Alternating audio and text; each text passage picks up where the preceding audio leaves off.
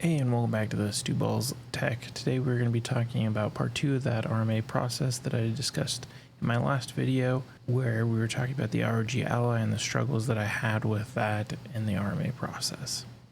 So just to give a minor recap what happened, so on my ROG Ally, the microSD card slot went bad, like many other people, and I just wanted to document what the RMA actually looked like. So ASUS reached back through emails a couple of times, and I reached back to them, and it turned out that I sent out my device, which was kind of expected. It wasn't over and beyond.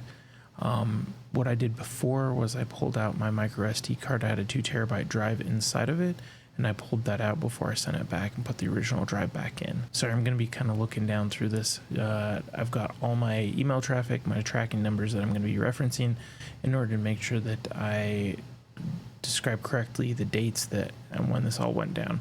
So I sent off my device on November 10th, which is later because I was traveling, and I sent it off on the 10th. It arrived on the 13th. It goes to California. You have to bear that in mind, whatever you figure time frames of how long things takes. It arrived there 3 days later. They pay for ground shipping. I ended up packaging the box. ASUS then proceeded to give updates on their side as far as what the repair status goes.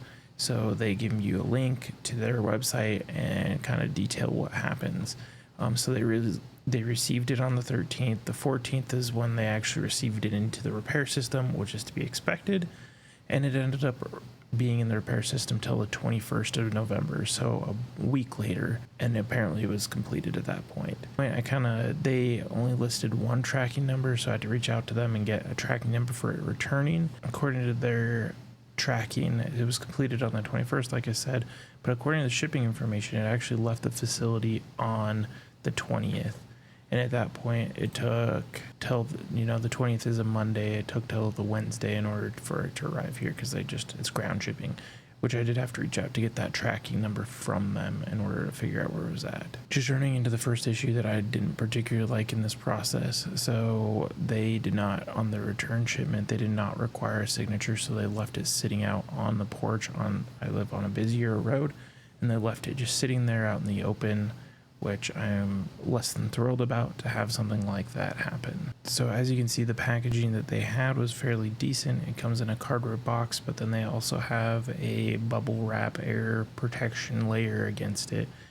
I don't really care for the fact that there's no way to protect the joysticks during transport, but that's something that I would really like to see, is them protecting those joysticks and not having them be crushed. Along with the ROG Ally, I also received this report of all the things that they found to be wrong with my ROG Ally.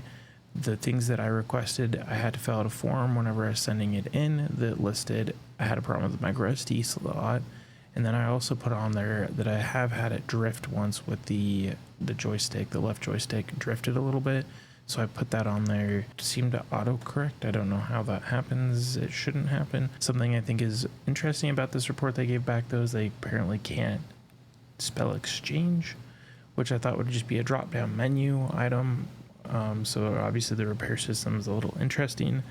Looking through this, so it looks like they replaced the whole entire main board, and I can verify that's actually what happened. So once I stuck my micro SD or my M.2 back into it, it required that I had my BitLocker key in order to open it. So something to bear in mind if you're going to go through this process, make sure you have that beforehand. Luckily, I did have it recorded somewhere else, and so I was able to enter it and keep all my data. They also talked about a mechanical assembly problem. I'm not too sure what that would be. Maybe the joysticks, I'm not too sure. They also talked about system noise, which testing it. So I've got it back, working great.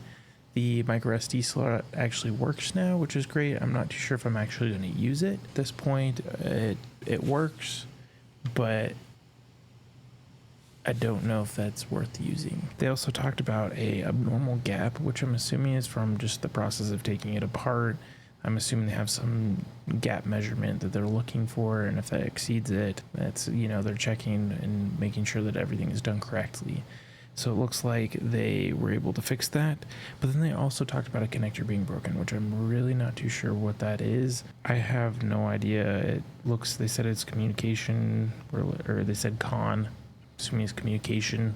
When I sent it off, the only issues I had was the micro SD slot and that one time it drifted. So all in all, at this point, I think things are good as far as this RMA process goes. It's not the best.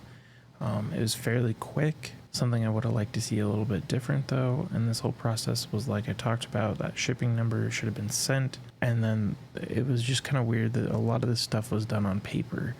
You know, they sent back a paper report on what they changed. I would rather seen that as an email. Whenever I sent the information with it, they required me to fill out a document specifying what was wrong. What if my handwriting's horrible? Surprise, surprise, it is horrible. So why didn't they just, you know, have me fill out a document and send it in? I had communication with them, and that's how I got into this process. So I'm not too sure why we are going that route. Either way, I'm happy to have my ROG Ally back. I have noticed stuff as I was going through and changing it, which I'm going to make further videos on. If you've never noticed on your ROG Ally, or if you don't have one yet, there is this mesh on the back is not actually mesh. It only is about halfway on both of it, and it's actually blocked over the fans, which is extremely interesting, and I think could actually be part of the issue that they are facing right now. But they also serve a purpose, and so I have to balance that purpose that they have for it with the benefit of changing that. Something else that I'm looking forward to is right here. This is a 2280 drive, and I'm going to install it. This is a Black Friday deal that I was able to come across. It's a 4 terabyte, huge, but it cost about the same as the 2 terabyte that I had in mine when it failed. So I'm excited to make a video on the process of me installing this with this heatsink. I don't know why they don't have a heatsink currently inside of the ROG Ally, but I think they should. So we'll get into more detail in that video. If you like either of those ideas, please make sure you subscribe so you don't miss them. If you enjoyed this video, please make sure you like and subscribe, and we'll catch you in the next one.